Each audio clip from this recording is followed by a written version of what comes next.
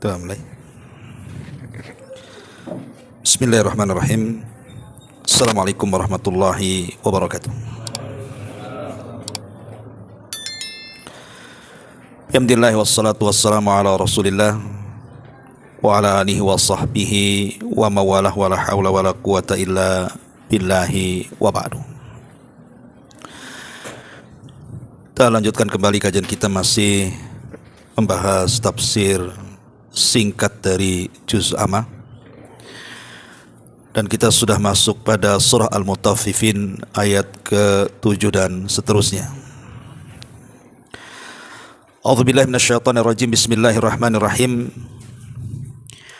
Kalla inna kitabal fujjari lafi sijjin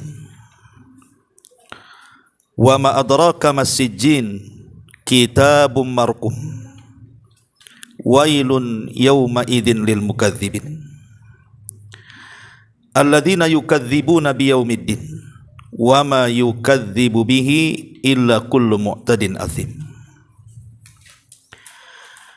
Kalla inna kitabal fujjari lafi sijjin. Janganlah sekali-kali begitu. Artinya bicara soal kecurangan dalam berniaga. Sesungguhnya catatan orang-orang yang durhaka itu benar-benar tersimpan dalam sijjin. Wa ma adraka mas sijjin, tahukah engkau apa itu sijjin? Kitabum marqum, kitab yang berisi seluruh catatan amal. Wailun lil mukadzibin, wailun yauma idzin lil mukadzibin, celakalah pada hari itu bagi para pendusta. Alladzina yukadzibuna biyaumiddin, yaitu orang-orang yang mendustakan hari pembalasan. Wa ma yukadzibu bihi illa kullu mu'tadin athim, tidak ada yang mendustakannya tentang hari pembalasan itu kecuali setiap orang yang melampaui batas lagi sangat berdosa. Ma'asyiral muslimin wal muslimat rahimani wa rahimakumullah. Sebelum kita menjelaskan ayat per ayat dari surah Al-Mutaffifin ini, ayat ini menjelaskan tentang para pendusta akan hari kiamat, dan khitabnya secara khusus kepada orang-orang musyrik Arab, orang-orang kafir di zaman Nabi, tetapi juga khitabnya bagi kita. Karena ibrah Quran itu bukan khususnya ayat itu turun kepada siapa, tetapi umumnya lafaz mencakup kita semua. Ma'asyiral muslimin wal muslimat rahimani wa rahimakumullah. Kenapa orang-orang musyrik Arab di zaman itu mereka mengingkari bahwa tidak ada balasan setelah kematian? Yang pertama, disebutkan para ulama, karena beriman dengan hari akhir atau hari pembalasan itu bagi mereka itu sama saja mereka akan mendapatkan kehancuran kelak pada hari kiamat. Karena kebiasaan mereka yang tidak bisa meninggalkan maksiat kepada Allah Azza wa Jalla, dan setiap maksiat itu pasti ada balasannya. Jadi mereka menganggap kalau ada pembalasan, binasalah kami kalau begitu. Yang kedua, setiap nikmat yang Allah Subhanahu wa taala berikan kepada mereka di dunia akan dihisab pada hari kiamat.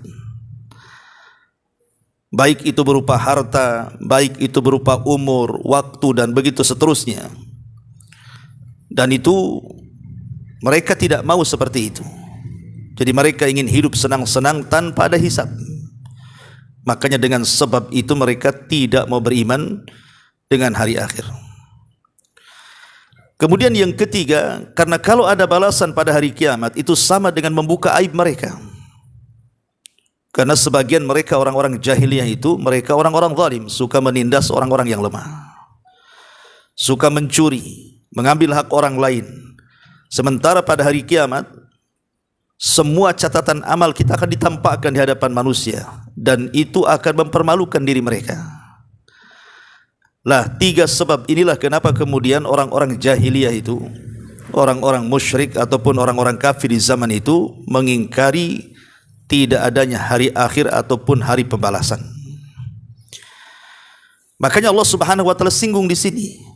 Dan rata-rata ayat-ayat makkiyah, ikhwan, kalau antum membaca Al-Qur'an ayat-ayat makkiyah ya, bukan ayat-ayat madani. Maksudnya ayat-ayat makki itu turun sebelum hijrah. Dan ayat madani itu turun setelah hijrah. Itu umumnya bicara soal akidah, soal keimanan dengan hari akhir, soal balasan, soal hisab, soal sorga, soal neraka, dan begitu seterusnya.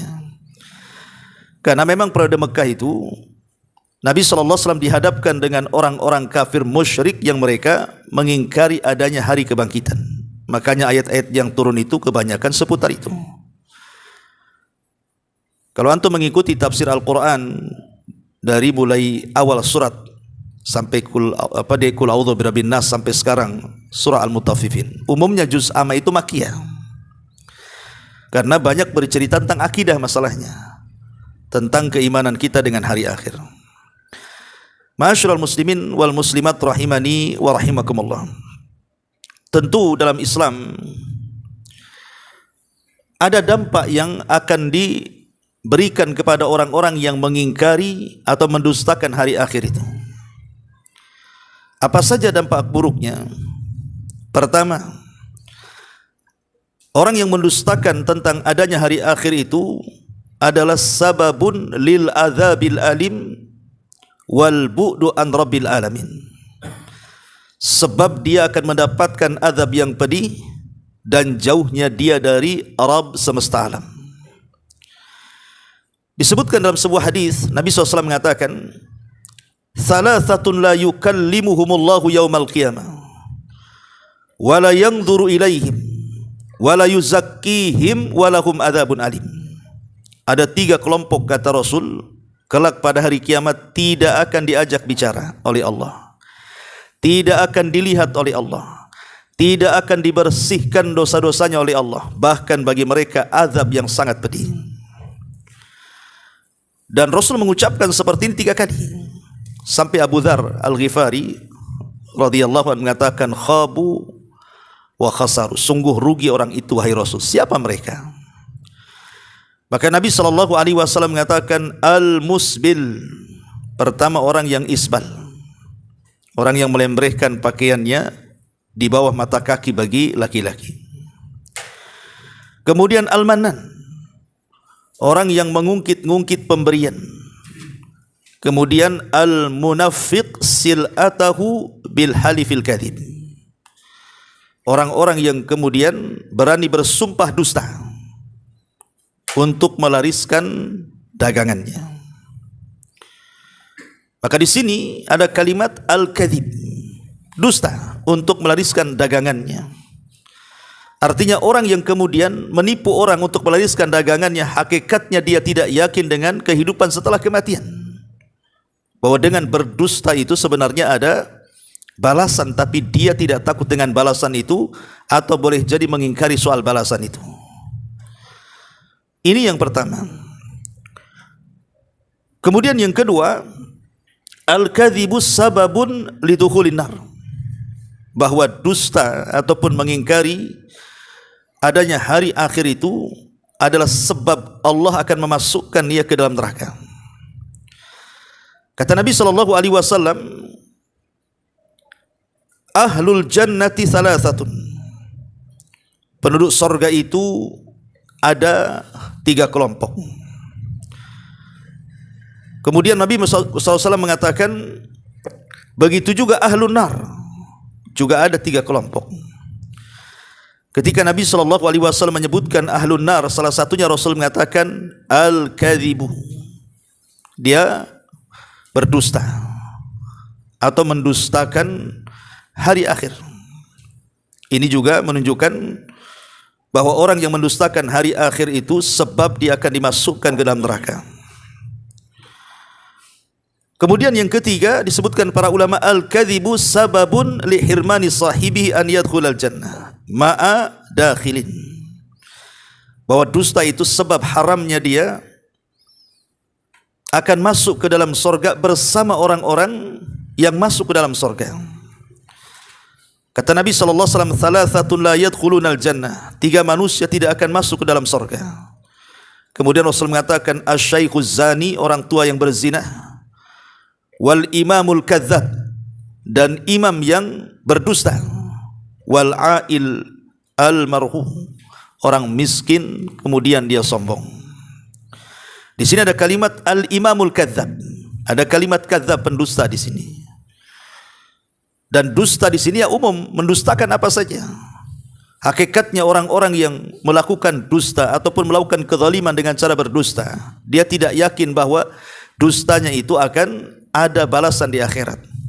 Makanya inilah kemudian Nabi SAW sampai menyebutkan 3 bahaya dalam hadis-hadis ini soal dusta. Artinya kalau dusta sesama kita saja sudah sedemikian rupa gini ya siksa dan azabnya, macam mana kalau dia berdusta atas nama Allah dengan cara mengingkari tidak adanya hari pembalasan setelah kematian? Tentu lebih besar lagi dosa orang yang berdusta ini.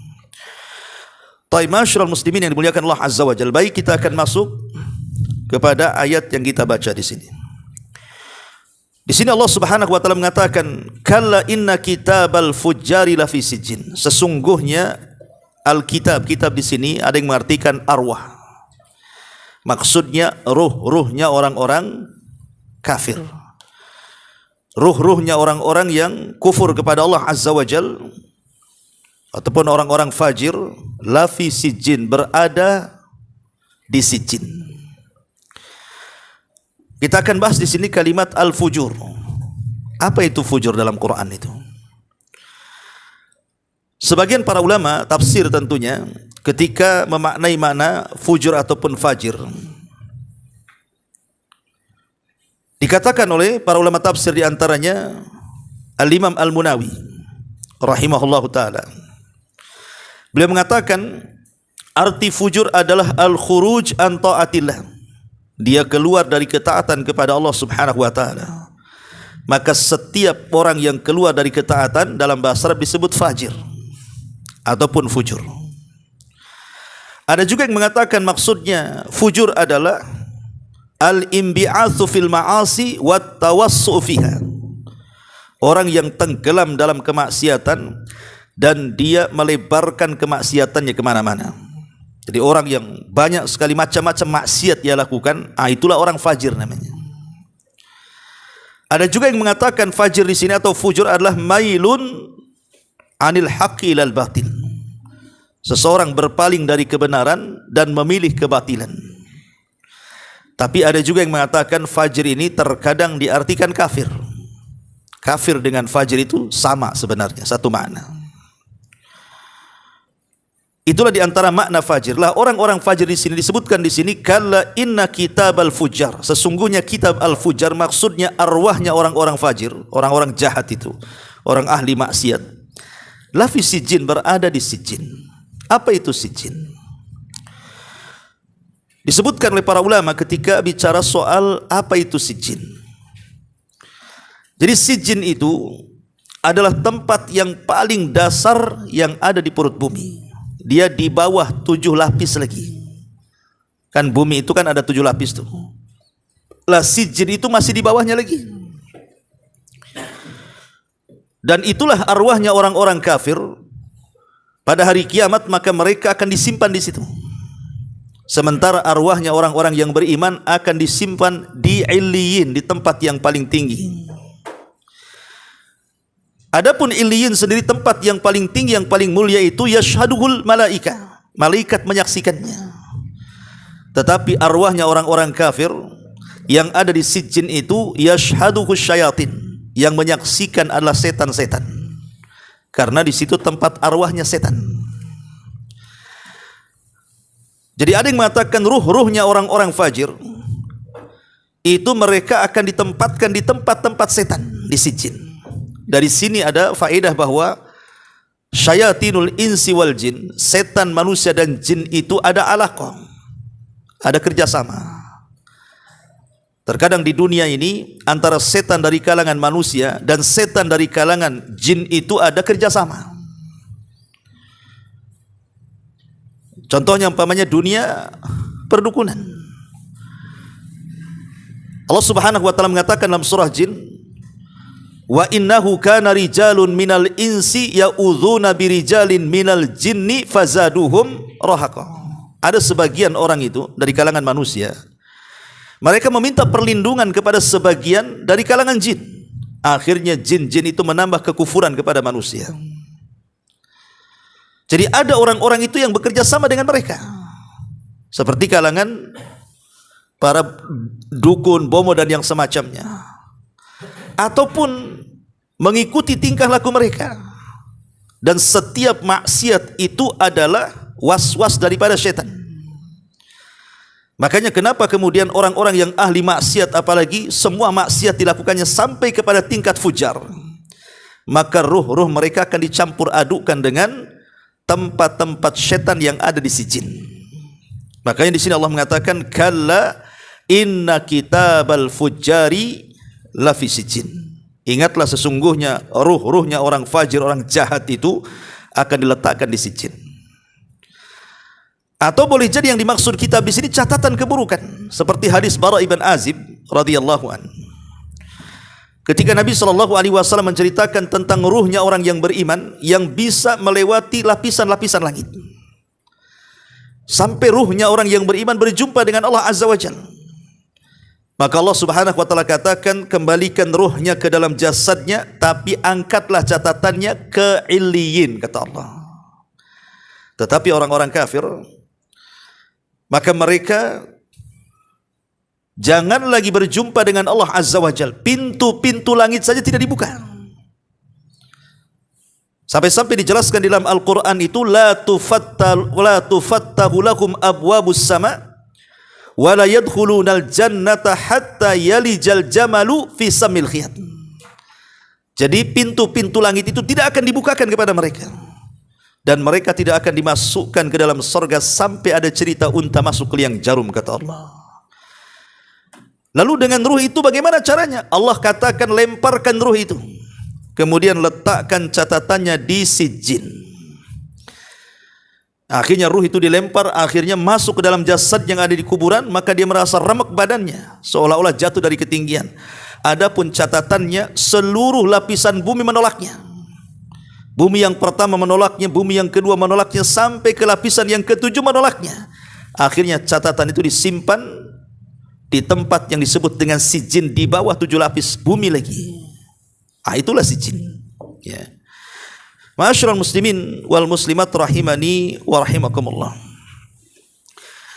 Kemudian Allah Subhanahu wa taala mengatakan, kalla inna kitabal fujjar lafi sijin. Tentu kenapa orang itu bisa menjadi jahat, ikhwan? Banyak melakukan kemaksiatan kepada Allah Azza wa Jalla. Tentu ada sebabnya kan. Lah di antara sebab orang itu menjadi jahat kemudian menjadi ahli maksiat itu, pertama karena dha'ful iman, boleh jadi karena lemahnya iman tuh. Makanya definisi iman itu, dia bertambah dengan ketaatan, berkurang dengan kemaksiatan. Jadi salah satu orang itu jadi jahat dan ahli maksiat itu boleh jadi karena lemahnya iman, sehingga dia banyak melakukan maksiat. Atau yang kedua karena intisyarul fisqi fil mujtama, banyaknya kefasikan di tengah-tengah masyarakat. Ketika ada orang baik satu berkumpul dengan banyak orang fasik, pasti orang baik ini lama-lama jadi fasik.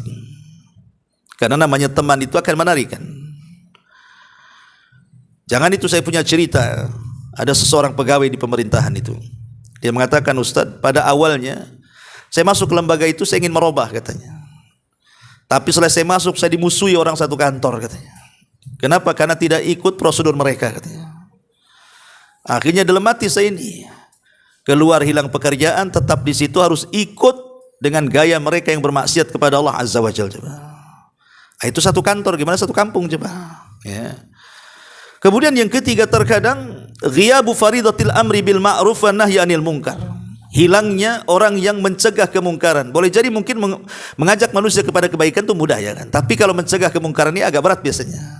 Kalau orang ngajak sholat mungkin agak enak gitu ya, nggak tersinggung orang. Coba kalau seandainya ada orang yang melakukan bid'ah, antum cegah, nggak marah dia. Ya. Atau ada orang yang sedang minum khamr, antum ambil botolnya, jangan, mungkin antum dipukul sama botolnya tuh, ya. Jadi mencegah kemungkaran itu memang berat gitu ya. Lain kalau hanya mengajak kebaikan saja. Tapi justru ketika kemungkaran tidak dicegat, boleh jadi itu pula yang menjadikan akhirnya banyak orang yang melakukan kejahatan dan maksiat di mana-mana. Atau boleh jadi yang keempat, tasahul bil ma'asi. Orang itu memudah-mudahkan dengan maksiat. Ini kan dosa kecil saja, belum dosa besar katanya. Saya kan baru 1 kali, belum 2 kali. Saya kan baru coba-coba katanya, belum kayak si Anu udah kecanduan tuh. Orang kalau kemudian meremehkan maksiat, baik yang besar ataupun yang kecil, maka lama-lama kemudian namanya maksiat itu kan ada kelezatan di dalamnya, ikhwan. Pasti orang yang pernah maksiat pertama, kalau dia tidak cepat bertobat akan masuk ke maksiat yang kedua, dan begitu seterusnya. Maksiat ini ada turunannya, ya. Dan banyak lagi sebab-sebab orang itu terjatuh kepada fujur tadi. Taib, di sini Allah Subhanahu wa taala mengatakan, kalla inna kitabal fujjari lafi sijin wa ma adraka ma sijin. Tahukah kamu apa itu sijin? Sebenarnya sijin itu dalam bahasa kitanya, dalam bahasa Indonesianya adalah penjara. Si fulan ada di sijin, maksudnya si fulan ada di penjara. Dan penjara zaman dulu itu rata-rata di bawah tanah. Penjara di zaman dulu kan di bawah tanah biasanya. Nanti kemudian dikasih kerangkeng gitu kan. Zaman sekarang ini di atas tanah. Sehingga istilah sijin itu ya di bawah tanah maksudnya gitu ya. Istilah penjara itu. Jadi ruh-ruhnya orang-orang kafir itu akan terpenjara di bawah tanah, dan juga ruhnya orang-orang fajir, orang-orang fasik, ahli maksiat juga akan diletakkan di situ. Kemudian Allah mengatakan kitabum marqum. Kitabum marqum, kitab yang berisi catatan amal. Jadi semua manusia, baik melakukan kebaikan, baik melakukan kejahatan, semua ada catatannya. Karena ada malaikat-malaikat itu yang ditugaskan oleh Allah memang untuk mencatat. Salah satunya Raqib dan Atid. Itu mencatat segalanya, walaupun ada khilaf para ulama kan. Karena ucapan manusia itu kan terbagi 4 ya. Ada yang sifatnya pahala semua, 100%. Ada yang sifatnya dosa semua, 100%. Ada yang sifatnya campur aduk, ada pahala dan dosa. Ada sifatnya tidak berpahala, ya tidak berdosa juga. Itulah ucapan manusia, tidak lepas dari 4 perkara ini. Yang pertama, berpahala semua. Mungkin ucapannya itu dalam bentuk zikir, baca Quran, mengajak manusia kepada kebaikan, dan tidak mengeluarkan kata-kata kecuali yang santun dan begitu seterusnya. Maka ini 100% kebaikannya. Tapi ada kemudian ucapan itu 100% keburukannya kan. Yang keluar itu hanya ghibah, namimah, cacian, makian, hinaan, macam-macam. Maka itu 100% itu dosa isinya. Tapi ada ucapan itu dia banding dia. Ya kadang-kadang dia mengucapkan yang baik di satu majelis itu, ya kadang-kadang pula dia menggibah orang. Kadang-kadang menasihati orang, satu sisi rupanya dalam dibalik nasihat itu sedang membongkar aib orang. Ya memang seperti itu. Tapi ada juga kata-kata itu yang enggak mengandung dosa, yang enggak mengandung pahala, kayak antum ngobrol lah sama kawan itu. Tapi ini pun menghabiskan waktu masalahnya. Kadang kalau ngobrol lama-lama ini, kadang-kadang lupa sholat, lupa macam-macam tuh. Lah kata ulama, 3-4 macam kata-kata ini semua akan dicatat malaikat. Walaupun itu bentuknya tidak ada dosa dan pahala. Tetapi yang dihisab itu cuma 2 saja. Pertama ucapan yang mengandung dosa, yang kedua ucapan yang mengandung pahala saja. Tapi sebagai amanah ilmiah para malaikat yang mencatat itu, dia akan mencatat sampai kepada kalimat adu saat sakit pun dicatat. Seperti yang terjadi kepada Imam Ahmad saat sakit. Dia mengerung kesakitan mengatakan aduh. Kemudian muridnya mengatakan, ya Imam, innal anina kalimatun wal kalimatu tuktab, katanya. Ingat Imam, kalimat aduh itu kalimat loh, dan kalimat itu dicatat malaikat. Langsung diam Imam Ahmad. Padahal dia sedang mengerung kesakitan tuh, karena takut dicatat. Ya. Jadi semua catatan itu lengkap di tangan para malaikat. Itulah kitabum marqum. Ya kalau itu catatannya kebaikan, ya tentu diletakkan di Iliyin. Tapi kalau catatannya semua keburukan, maka diletakkan di sijin. Kitabun marqum. Kemudian Allah mengatakan wailun yauma idzin lil mukadzibin. Celaka pada hari itu bagi para pendusta. Kalimat wail sudah saya jelaskan bahwa kalimat wail ini banyak makna. Ada yang mengatakan kalimat wail ini artinya seseorang mendoakan dirinya sendiri akan kehancuran. Ada orang mendoakan untuk dirinya sendiri akan kehancuran. Itulah namanya wail. Ya. Tapi ada juga yang mengatakan wail itu artinya sebuah lembah di dalam jahanam. Saking panasnya kalau gunung-gunung yang ada di bumi itu dipendamkan di situ maka akan meleleh. Saking panasnya dan terbakarnya. Bahkan dijelaskan lembah itu bukan hanya sekedar panas, tapi syadidul qa'ri, syadidul zulmi, syadidun natani. Jadi sangat dalam sehingga gelap, sangat busuk karena seluruh nanah penduduk neraka itu masuk ke situ. Itulah wail. Untuk siapa wail? Yauma idzin lil mukadzibin, bagi orang-orang yang mendustakan akan hari balasan. Orang-orang yang mendustakan akan hari balasan, maka mereka terancam dengan wailun, dengan wadin fi jahannam, syadidul qa'ri, syadidun natani, syadidul dulmi, sangat dalam, sangat busuk dan sangat gelap. Naudzubillah. Celaka bagi mereka para pendusta. Dusta ini ikhwatu fiddin muliakan Allah Subhanahu wa taala, lawan daripada as-sidqu, kejujuran. Makanya Rasul mengatakan, alaikum bis-sidqi, wajib atas kalian jujur. Fa inna sidqa yahdi ilal bir, karena kejujuran itu mengarah kepada albir, kebaikan. Wal bir yahdi ilal jannah, sementara kebaikan mengarah ke surga. Tapi Rasul mengatakan iyyakum wal kadzib, hati-hati kalian jangan berdusta. Fa innal kadziba yahdi ilal fujur. Nah, di sini ada kalimat fujur. Karena dusta itu mengarah kepada kefajiran, kejahatan, kemaksiatan, kefasikan. Wal fujur yahdi ilan nar, dan fujur itu akan mengarahkan kita ke dalam neraka. Jangan lagi cerita dusta kepada hari akhir yang sudah saya jelaskan akibat-akibatnya tadi.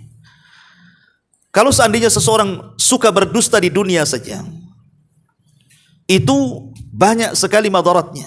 Di antaranya disebutkan oleh para ulama, yang orang berdusta itu biasanya in'idamur rahati wal amni, hilangnya perasaan tenang, hilangnya perasaan aman.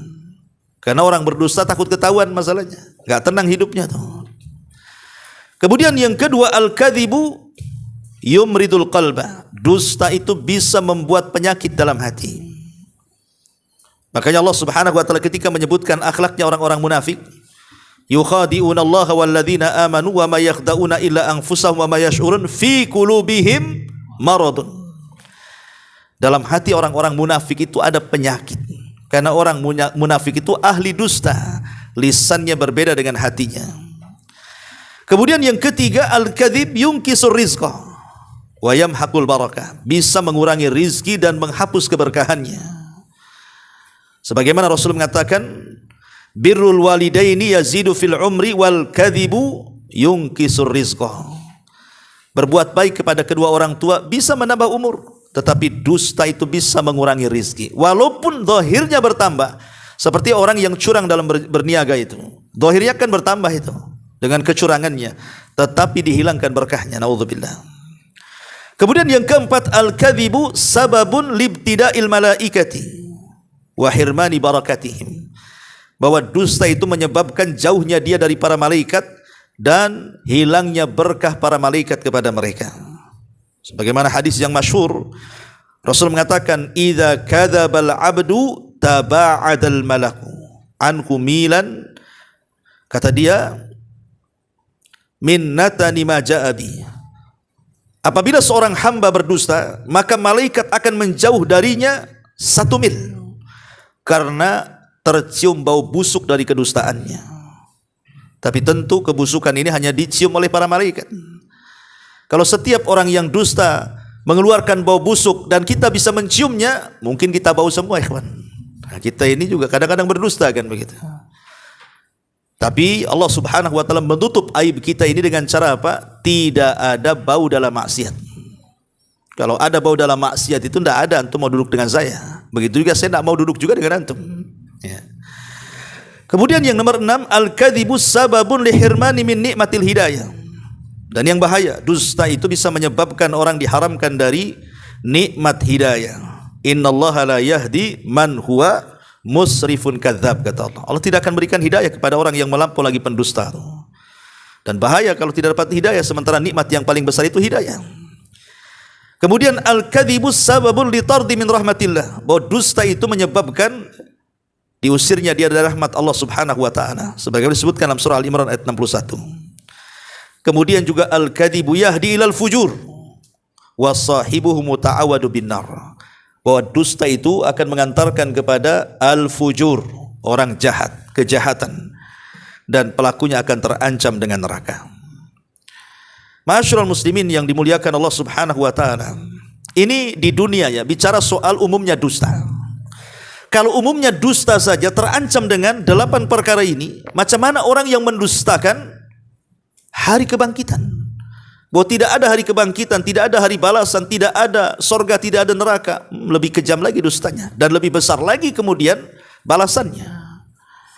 Makanya lihat ketika Nabi SAW bicara tentang azab kubur, ketika Nabi SAW diperlihatkan ada orang yang dimasukkan celurit di mulutnya, kemudian dirobek sampai tengkuknya. Kemudian ketika celurit itu diarahkan ke sebelah kirinya, hendak merobek sampai tengkuknya, di sini sudah sembuh lagi. Asih begitu saja dibolak-balik itu. Saya bayangkan sampai Rasul mengatakan kepada Jibril, "Mahadhan, siksa apa orang ini kok kayak gini sekali?"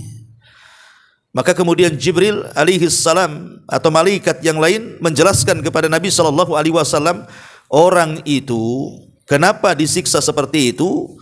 Karena fakadzabun yuhadditsu bil kadzbati, karena orang itu pendusta, suka berdusta, hatta tablughul afaq, dustanya itu sampai melambung ke langit katanya.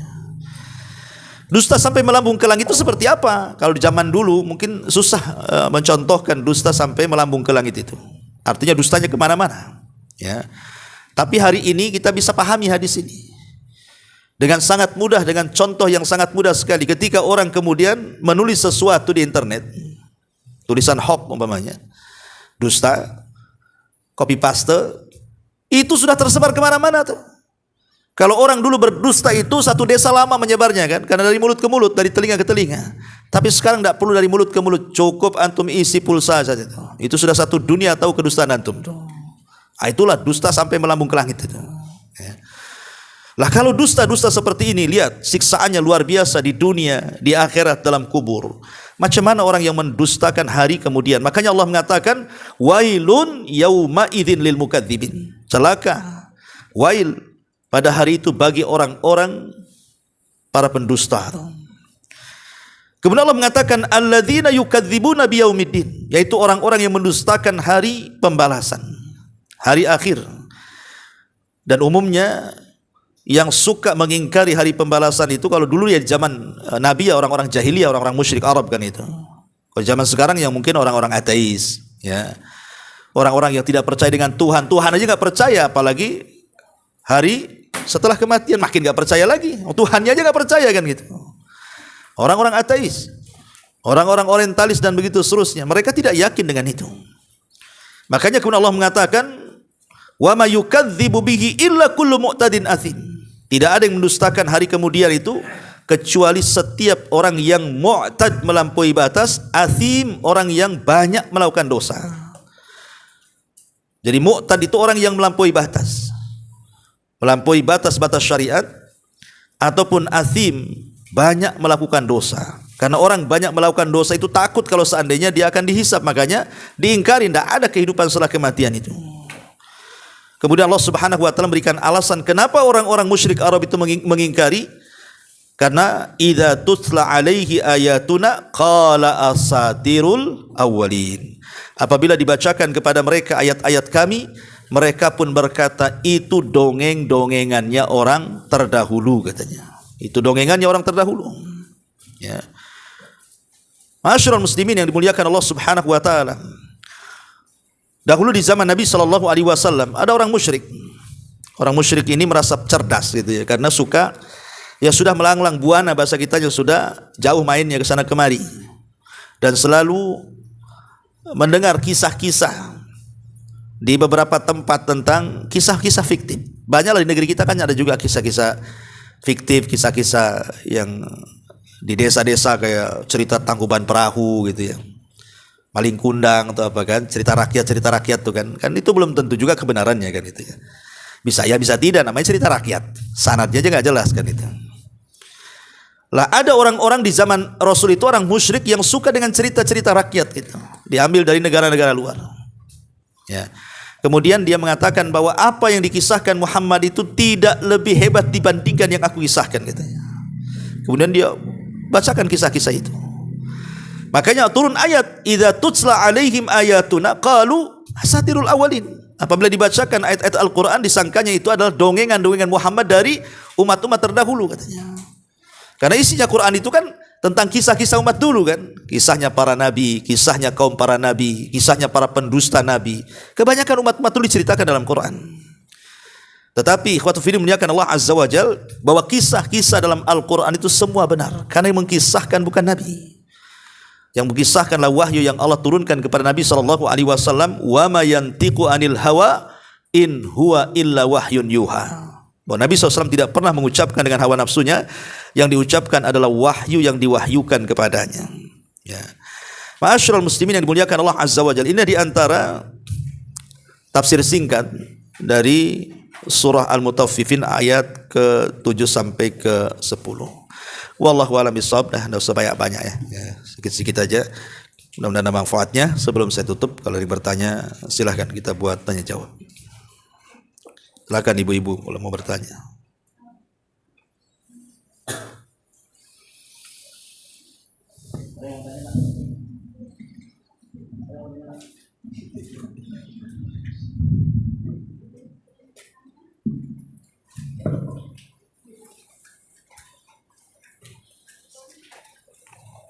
Ada tak dusta yang dibolehkan? Oke, ada pertanyaan dari tuan rumah. Ada enggak dusta yang dibolehkan? Asal dusta itu dilarang. Sampai Syekh bin Baz pernah ditanya, saya mendengar di salah satu YouTube. Jadi dia mengatakan, Syekh, boleh enggak orang tua mendongengi anaknya sebelum tidur dengan kisah-kisah yang sebenarnya tidak ada kisah-kisah itu, tapi isinya bagus untuk mendidik.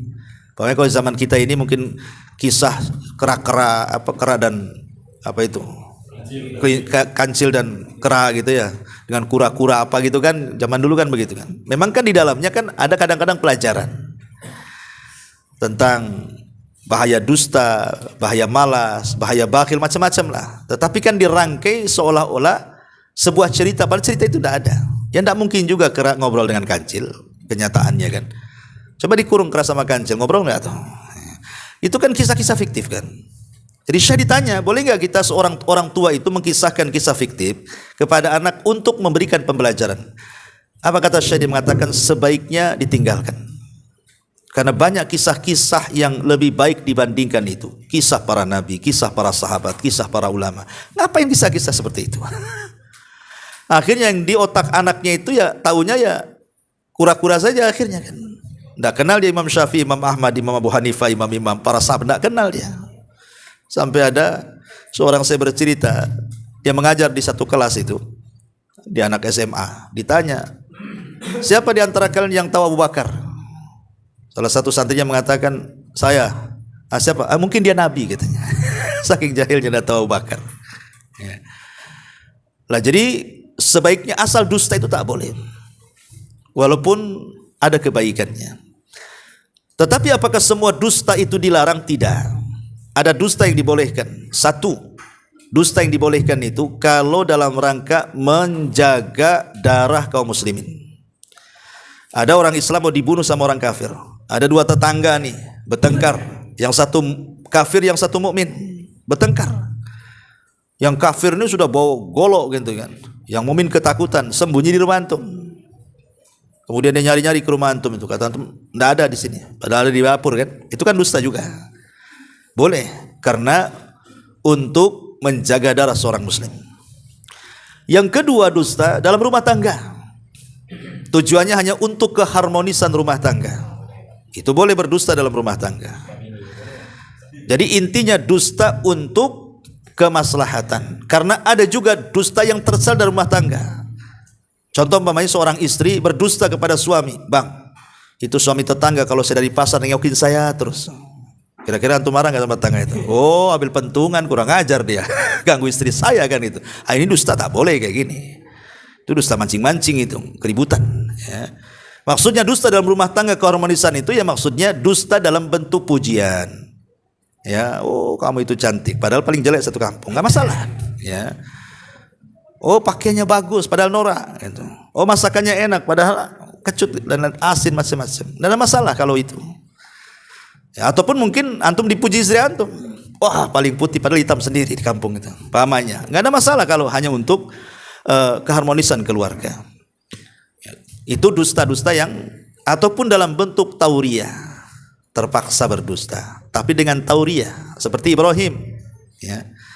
Ketika ditanya oleh Namrud, a anta fa'alta hadza bi alihatina ya Ibrahim. Ibrahim, kau yang menghancurkan patung-patung itu ya? Ya, kata Ibrahim sambil jempolnya nunjuk patung yang paling besar itu. Bal fa'alahu kabiruhum hadza, katanya.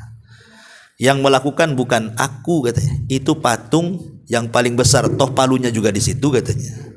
Padahal maksud Ibrahim itu yang melakukan jempolnya ini, tapi diarahkan ke patung. Ya. Kenapa kemudian Ibrahim mengarahkan ke jempol begini, bukan begini? Begini. Karena memegang sesuatu itu kalau tanpa jempol tidak akan kuat. Antum pegang palu, jempol jangan ikut campur. Kira-kira ada tenaga enggak? Nih gagang nih, antum gini ketuk-ketuk mana bisa. Yang buat kuat pegangan itu jempol. Kan? Ibrahim itu maksudnya jempolku yang melakukan, cuman diisyaratkan ke patung. Itu namanya tauriah. Atau di zaman Imam Ahmad, ketika banyak para ulama tidak sanggup untuk menghadapi fitnah khalqil Quran. Pokoknya siapa yang mengatakan Quran makhluk masuk penjara, bahkan sampai dibunuh. Seperti Al-Buaiti, kawannya Imam Syafi'i, mati di penjara. Muhammad ibn Nuh mati di penjara. Banyak mati di penjara itu. Ya. Lah ada ulama-ulama yang tahan dengan siksaan penguasa. Khalifah Ma'mun tidak tahan dia. Terpaksa dia berdusta dengan cara tauriah. Dia mengatakan Suhuf, Taurat, Injil, Zabur, Quran makhluk. Maksudnya makhluk tangannya, gitu maksudnya. Bukan ke kitab-kitab itu. Itu namanya tauriah namanya. Ya. Lah kalau berdusta berarti tidak ada masalah. Karena memang kondisinya juga memang diperlukan untuk berdusta kan begitu. Tapi dengan cara tauriah. Jadi tidak semua dusta itu dilarang. Ada juga dusta-dusta yang dibolehkan. Itu disebutkan Imam Nawawi dalam kitab Riyadhus Shalihin. Ya, wallahu a'lam. Ya Bu, enggak ada? Kalau enggak ada, kita tutup. Subhanakallahumma bihamdika, asyhadu an la ilaha illa anta astaghfiruka wa atubu ilaik. Allahu ta'ala alam. Assalamualaikum warahmatullahi wabarakatuh.